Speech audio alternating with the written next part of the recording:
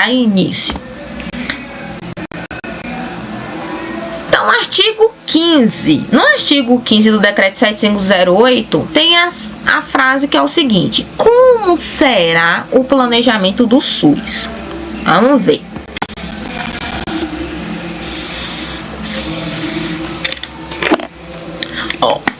Deixa eu pegar só a minha canetinha aqui para ficar melhor a visualização. Pronto. O processo de planejamento e de orçamento do SUS será, o pessoal que estava na Lei 8080 vai lembrar disso, ó, será ascendente do nível local até o federal, ouvindo seus órgãos deliberativos, compatibilizando-se as necessidades da política de saúde com a disponibilidade de recurso financeiro. Pronto, é assim que vai ser o planejamento do SUS, ascendente e integrado. Sempre do nível local ao nível federal. Toma cuidado com essas palavras aqui, ó, porque a prova ela gosta de dizer que o planejamento e orçamento ele é descendente. Se vocês verem isso, tá falso. Não é descendente, e sim ascendente. Ele nasce de baixo para cima. Como assim, Ângela? Do nível local ao federal. Ou seja, governo municipal, governo estadual, até chegar no governo federal. Então toma cuidado, ele é ascendente do nível local a federal, ele não é descendente do nível federal ao local. Então tem muita pegadinha de prova que troca, tá? Coloca ali descendente e coloca do nível federal ao nível local, e tá falso. Ele é sempre de baixo para cima, por isso que a gente fala que ele é ascendente. Você começa no governo municipal até chegar no governo federal. E ouvindo os seus órgãos deliberativos. Quem estava aqui na Lei 8142 vai lembrar quem são os órgãos deliberativos. Nada mais é do que Conselho e Conferência de Saúde. Então você precisa ouvir esses órgãos deliberativos, compatibilizando-se com as necessidades das políticas. Então, tudo que você for fazer, quando a gente está falando de SUS, de planejamento, tem que ser com base na necessidade de saúde da população, tá? Então, você tem que estar focando nas necessidades de política de saúde, que é com base naquilo que você viu na sua população. E claro, sempre com a disponibilidade de recurso financeiro. Então, assim, aquilo que você for colocar dentro do seu planejamento tem que caber dentro do orçamento. Não, por quê?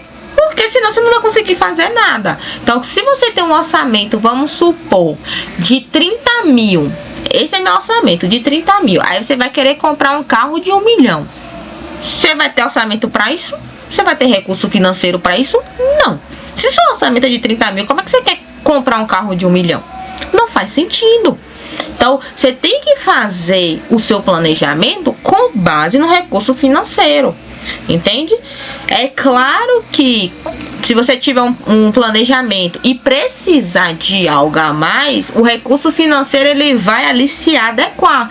Mas também não é para ter aquela ideia mirabolante que o dinheiro que você quiser é o dinheiro que você vai ter disponível. Porque a gente tem que lembrar que o SUS ele é subfinanciado. O dinheiro do SUS é um dinheiro suado, sabe assim? Para conseguir é na raça. Então, e aquele dinheiro ali que é para conseguir na raça, ainda assim falta muito para ter uma qualidade de excelência. Então, ele só consegue suprir o básico. Então, tudo que você for montar no seu planejamento da saúde, você tem que verificar as necessidades da política de saúde e verificar também o recurso financeiro. Porque lembre, nesse mundo, tudo gira em torno do dinheiro. Então, você precisa de dinheiro para poder fazer as coisas.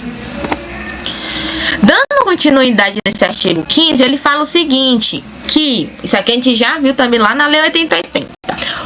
O planejamento da saúde, ele é obrigatório para os entes públicos e indutor de políticas para a iniciativa privada.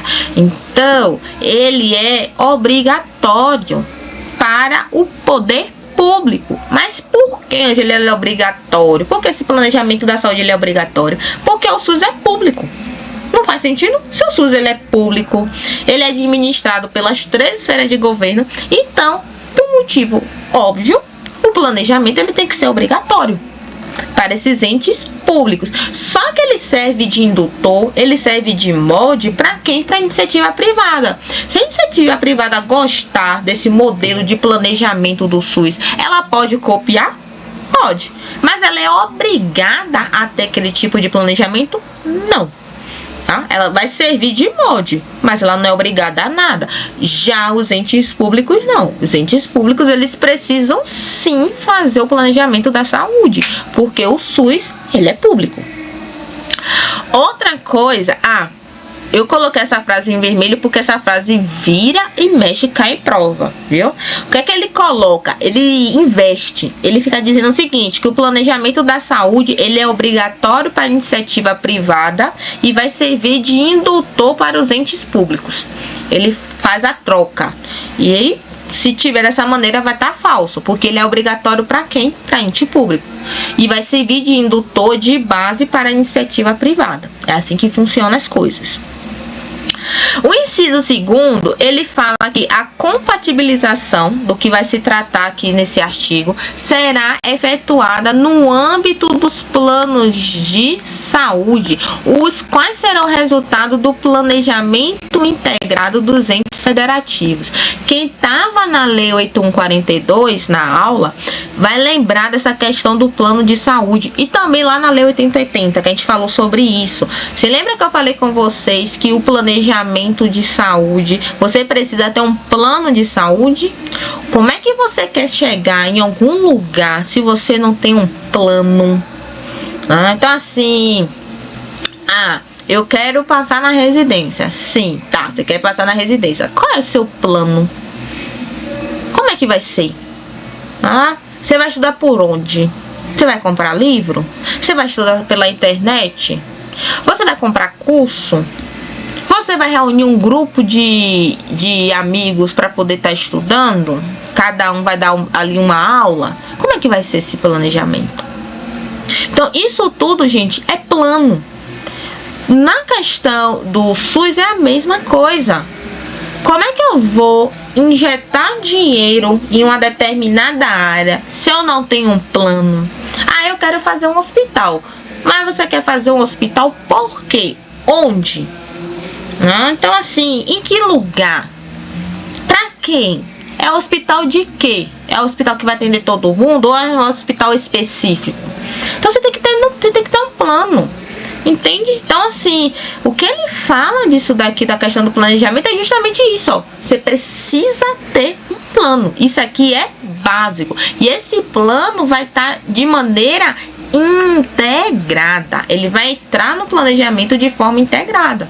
Porque lembra que o SUS, você vai ter ali as 3 esferas de governo fazendo esse planejamento. Então o planejamento ele é integrado dentro das 3 esferas de governo: governo municipal, estadual e federal. E o inciso 3º, ele fala que o Conselho Nacional de Saúde vai estabelecer diretrizes, que são regras, a serem observadas na elaboração dos planos de saúde. Isso aqui é importante. Então, assim, como é que eu formulo esse plano de saúde? Eu faço de qualquer maneira? Não, porque aqui não é casa de mãe Joana. Não é de qualquer maneira. Você tem que saber as regras de montar um plano. Quem é que vai dizer que regras são essas? É o Conselho Nacional de Saúde. Certo? Então, antes de você fazer um plano de saúde, você precisa saber como é que faz um plano de saúde. É tipo, vou dar um exemplo, o TCC. Todo mundo sabe que entrou lá no curso de fisioterapia da UNEB, antes de se formar, vai ter que entregar o TCC. Só que essa entrega de TCC é feita de qualquer maneira? Você vai pegar aquele TCC, vai escrever tudo na mão em papel de caderno em lado de folha ou papel pautado? Não. Como é que você faz? Você tem regra. Você vai ter que ter capa, contracapa, vai ter que ter sumário, vai ter que ser o quê? Aí vai ter lá introdução, metodologia, resultado, discussão. Aí vai ter os anexos, onde você vai colocar ali as tabelas e depois a referência bibliográfica que você vai ser na norma da Vancouver. Continua assim, né? Com a professora Helena. Então, assim, é dessa forma. Quem foi que colocou aquele regramento? Professora Helena. Foi ela que colocou, porque é ela que é a titular da aula de TCC. E mesmo que tenha pessoas para poder substituir, ainda assim segue esse regramento, que é um regramento também, que é o regramento geral da UNEB. Né? A UNEB solicita para os departamentos que o TCC tenha a mesma característica. Então, essas regras a gente chama de quê? De diretrizes. É a mesma coisa com relação ao plano de saúde. Plano de saúde é um documento. É um documento que você vai estar ali escrevendo o que é que você vai fazer em curto, médio e longo prazo. E esse documento precisa ter regras, né? Como é que vai ser elaborado? É elaborado de qualquer forma? Não. É só você lembrar do seu TCC. Seu TCC você vai elaborar de qualquer forma? Não. Você precisa seguir um regramento. Entende? Então é a mesma coisa nisso aqui. Só que nesse caso aqui, quem faz as regras, quem faz as diretrizes do plano de saúde é o Conselho Nacional de Saúde. Vamos lá. Passei. Deixa eu dizer uma coisa também, só para relembrar. Da aula de hoje, o assunto principal que a gente tem é esse daqui, viu? Planejamento e orçamento da saúde. Então, é por isso que eu tô demorando nele, porque de fato, o assunto que mais cai quando não é o artigo 2, é a questão aqui de planejamento. Ângela, e por que planejamento? Porque planejamento você vai encontrar tanto na Decreto 7508 quanto na Lei 8080. E para não me fazer mentir, eu trouxe até o mesmo slide que eu apresentei na Lei 8080. Ó.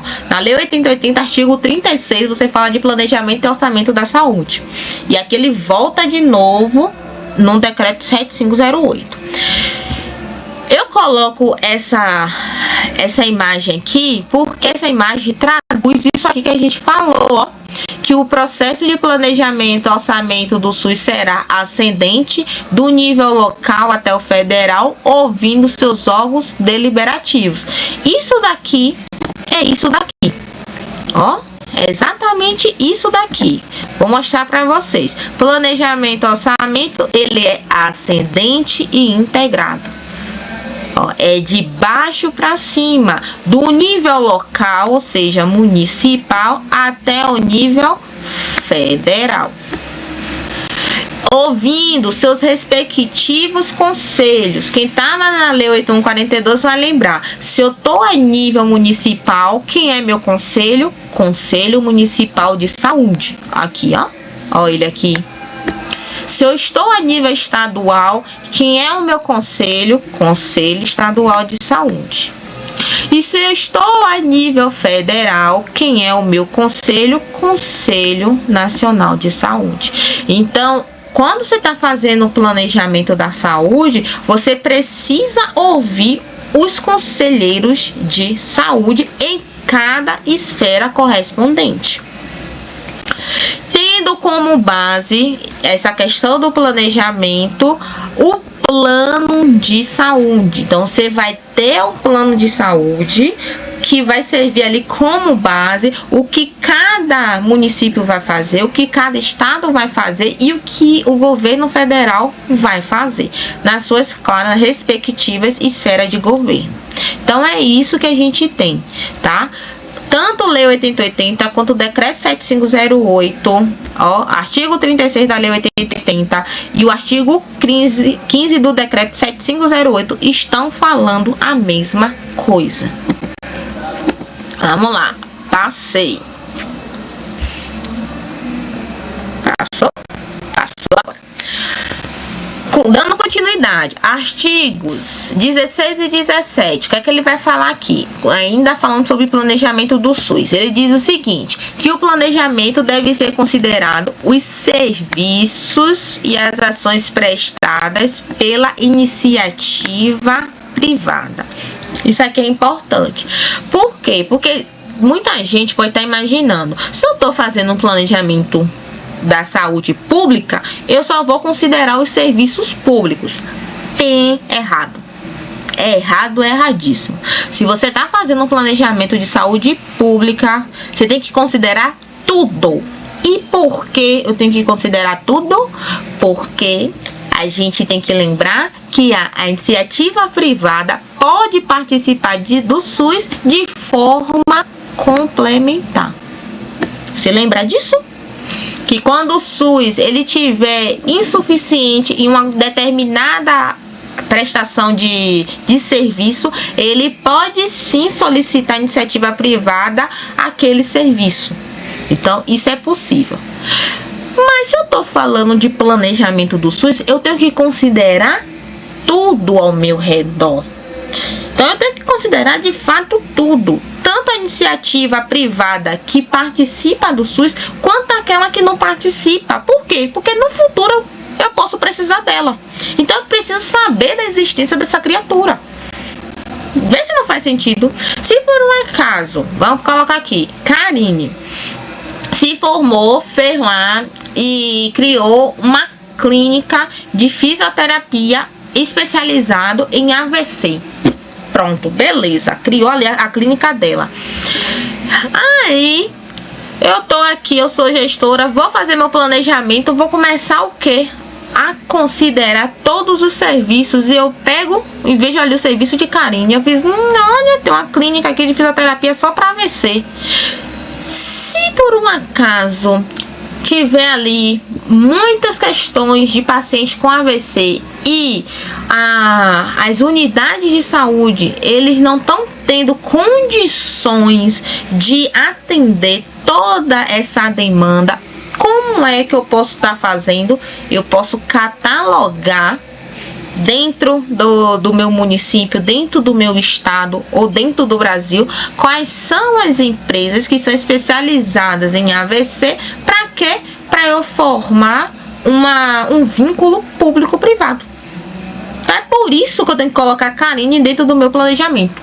Porque eu posso precisar da clínica de Karine ou não, mas eu preciso colocar ele dentro do meu planejamento. Porque assim, ó, se aparecer a necessidade, eu vou dizer, ó, tem. Por que tem? Porque quando a gente fez o planejamento, quando a gente mapeou os serviços e as ações, a gente viu que tem aqui uma clínica especializada só de AVC. Então é para isso que está dentro do planejamento. Então o planejamento você tem que considerar, gente, tudo, todos os aspectos. Não é só questão pública. Você tem que considerar também a iniciativa privada, seja ela aquela que tem parceria público-privado com o SUS ou aquela que não tem parceria nenhuma com o SUS. Mas você precisa verificar, você precisa colocar ela dentro do seu planejamento. E como é, Ângela, que eu vou encontrar a Karine dentro do meu planejamento? De que forma eu vou encontrar Karine? Como é que eu sei que eu tenho a clínica de Karine? Fácil de responder. A gente viu na semana passada, lá no artigo 2 deste decreto aqui de 7508, o mapa de saúde. Ó, mapa de saúde. Mapa de saúde, gente, é só você lembrar do mapa do Google Maps. Você pega aí seu celular, abre aí, ó, Google Maps. Se você colocar sua localização exata, ele vai te dizer tudo que tem ao seu redor. Se tem farmácia, se tem shopping, se tem clínica, se tem, deixa eu ver, funerária, se tem cemitério, se tem supermercado. Ele vai te dizer tudo que tem ali, ó, ao raio, perto ali do raio da sua quilometragem. Ele vai te dizer tudo. é a mesma coisa do mapa de saúde. Mapa de saúde é tipo o mapa Google, que você vai pegar ali o mapa e vai dizer: eu quero saber o que é que tem de ações e serviços de saúde no Brasil, no município, no estado, e ele vai sair catalogando tudo. Ele vai catalogar todas as empresas públicas ou privadas que têm serviço ou ações de saúde no Brasil. É a mesma, lembrando, é a mesma coisa do Google Maps, certo? Então é assim que você vai saber que tem uma empresa, uma clínica de fisioterapia que é só de AVC. É assim que você sabe, é através do mapa de saúde. É tanto que a gente diz que, deixa eu só trocar aqui a cor, que o mapa de saúde ele vai ser utilizado na identificação das necessidades de saúde e vai orientar o planejamento integrado. Por quê? Porque quando você está fazendo o seu planejamento, você tem que saber identificar. Então assim, eu vou colocar um hospital, vamos pegar ali, o Hospital Roberto Santos, que está no Cabula. Se eu não tiver o mapa me indicando que tem um hospital lá, aí eu tô querendo criar um novo hospital, eu vou e crio no mesmo lugar. Tem necessidade de eu criar um hospital no mesmo lugar do Hospital Roberto Santos? Não tem sentido. Por quê? Porque já tem o Roberto Santos ali. Já que você quer criar um hospital, você cria um hospital dentro de Salvador, que Roberto Santos é um hospital daqui de Salvador. Já que você quer criar um hospital, você cria um hospital em outro lugar, né? Em outro bairro, mas você vai criar no mesmo lugar onde está o Roberto Santos? Não faz sentido. Então, se você tivesse um mapa de saúde, você ia perceber que já tinha um hospital ali. Dá para você colocar esse hospital em outro lugar, tá? Em outro bairro. Não exatamente colado um do lado do outro. Então, o mapa de saúde, ele consegue identificar as necessidades, tipo também o que está faltando. Poxa, aqui ó, Cajazeiras. Cajazeiras é quase um município dentro de um município. Só que a quantidade de unidade básica de saúde para o pessoal de Cajazeiras está muito pouco. Então, que tal a gente fazer novas unidades de saúde da família? Então, como foi que eu consegui identificar isso? Catalogando. Entende? Como é que eu consigo catalogar mapa de saúde? Então, é assim que você faz a identificação das necessidades e orienta o planejamento, até mesmo para não ficar colocando as coisas um perto do outro. Sabe assim? Poxa, um hospital perto do outro, na mesma localidade. Por que não descentralizar? Por que você não separar? Entende? Então, até isso você precisa estar observando. Então, isso é possível através do mapa de saúde. E as ações de serviço de saúde, elas estão tudo dentro do mapa de saúde. Vamos lá, passei. E aqui eu coloquei o artigo 2. De novo, só para a gente relembrar, a gente viu isso na semana passada e eu volto a colocar aqui novamente para a gente estar relembrando sobre mapa de saúde, que nada mais é do que uma descrição geográfica, ó, descrição geográfica. Você lembra da dica que eu dei? Mapa, termina com A, descrição geográfica, terminando com A também, para não confundir com região de saúde, que é descrição. Eu ia falar descrição. Não é descrição, não. É alguma coisa geográfico. Espaço. Obrigada. Porque eu li descrição aqui, aí já ia vir alguma coisa, mas é geográfico.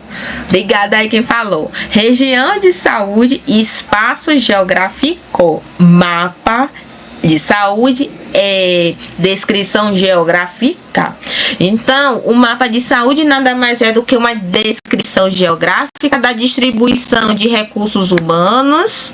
Então, para além das ações de serviço de saúde que você vai catalogar ali, você precisa catalogar também recursos humanos, profissionais. Quantos enfermeiros eu tenho no município de Salvador? Quantos fisioterapeutas? Quanto TO? Quanto fono? Isso tudo, gente, é catalogado, viu? Pelo mapa de saúde.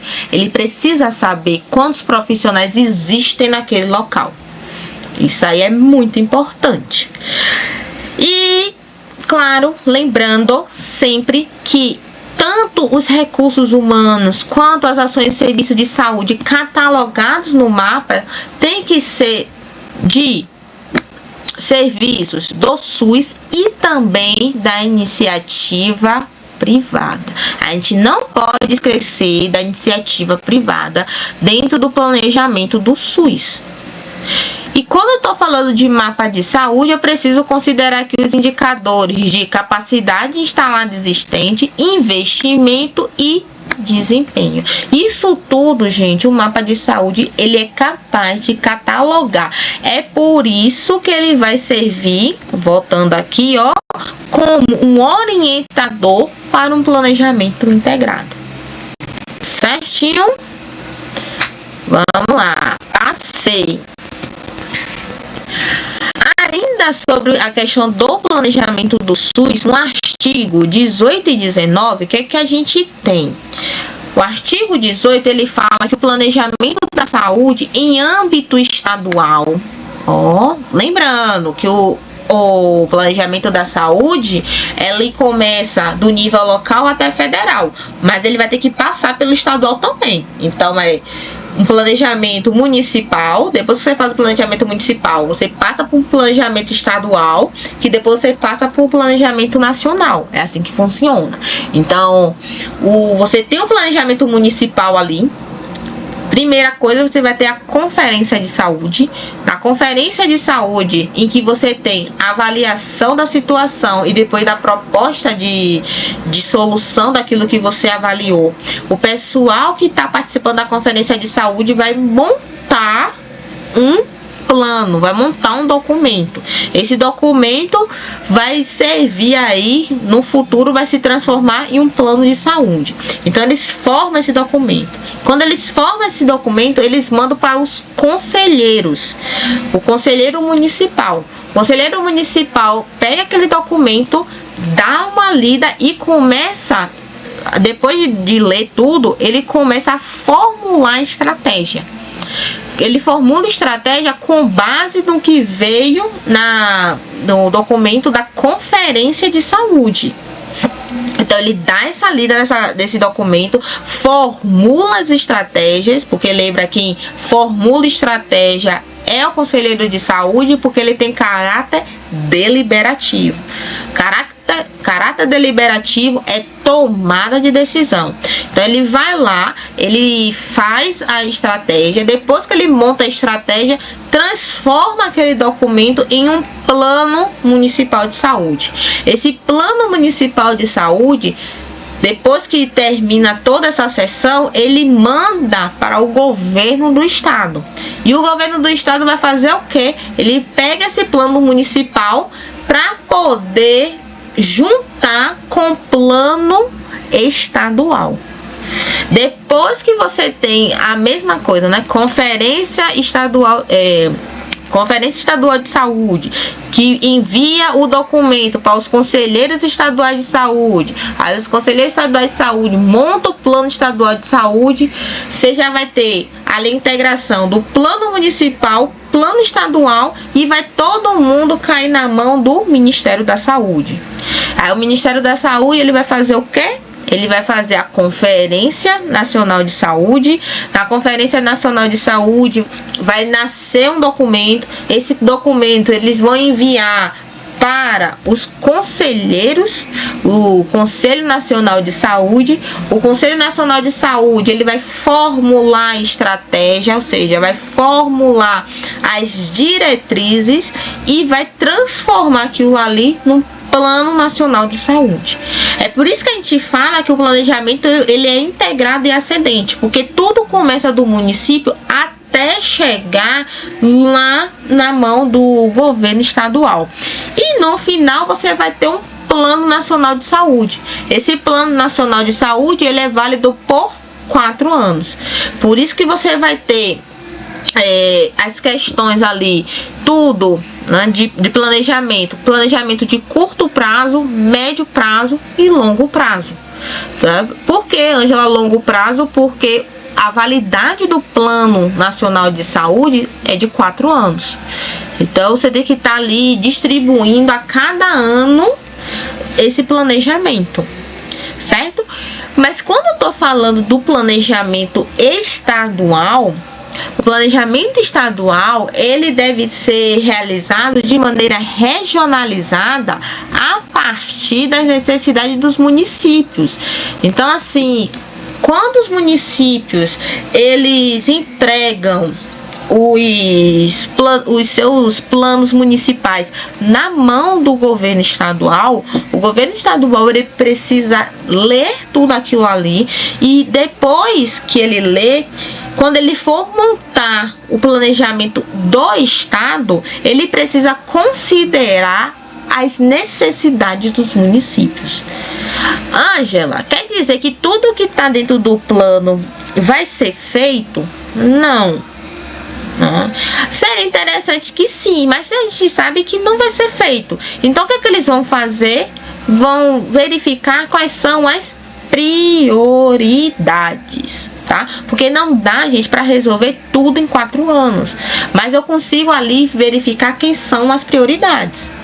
Mas independente de prioridade ou não, quando eu estou falando do planejamento do âmbito estadual, eu preciso considerar as necessidades dos municípios. Então, se eu estou fazendo aqui um plano estadual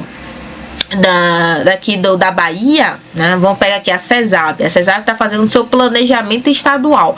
Ela precisa considerar todas as necessidades dos mais de 400 municípios que existem aqui na Bahia, tá? Salvador, Xorroxó, Cipó, Inhambu, Piubaíra, Baíra, Jequié, Itabuna, Ilhéus, enfim. Os mais de 400 municípios que existem aqui no estado da Bahia, ele precisa estar verificando quais são as necessidades. E como é que o estado, o governador do estado da Bahia sabe as necessidades de cada município? Através do plano municipal que foi enviado para eles, entende? Então é desta forma que eu vou saber quais são as necessidades dos meus municípios, porque eu preciso fazer meu planejamento estadual com base na necessidade dos municípios. É claro que eu, como estado, eu tenho minhas particularidades, mas eu não posso só pensar nas minhas particularidades, nas minhas necessidades, desconsiderando os municípios. Eu preciso estar lembrando sempre que eu tenho as necessidades dos municípios e eu tenho que fazer o meu planejamento conforme também as necessidades deles. Então, é isso que o artigo 18 ele está dizendo. Já o artigo 19, ele já fala da comissão intergestora bipartite.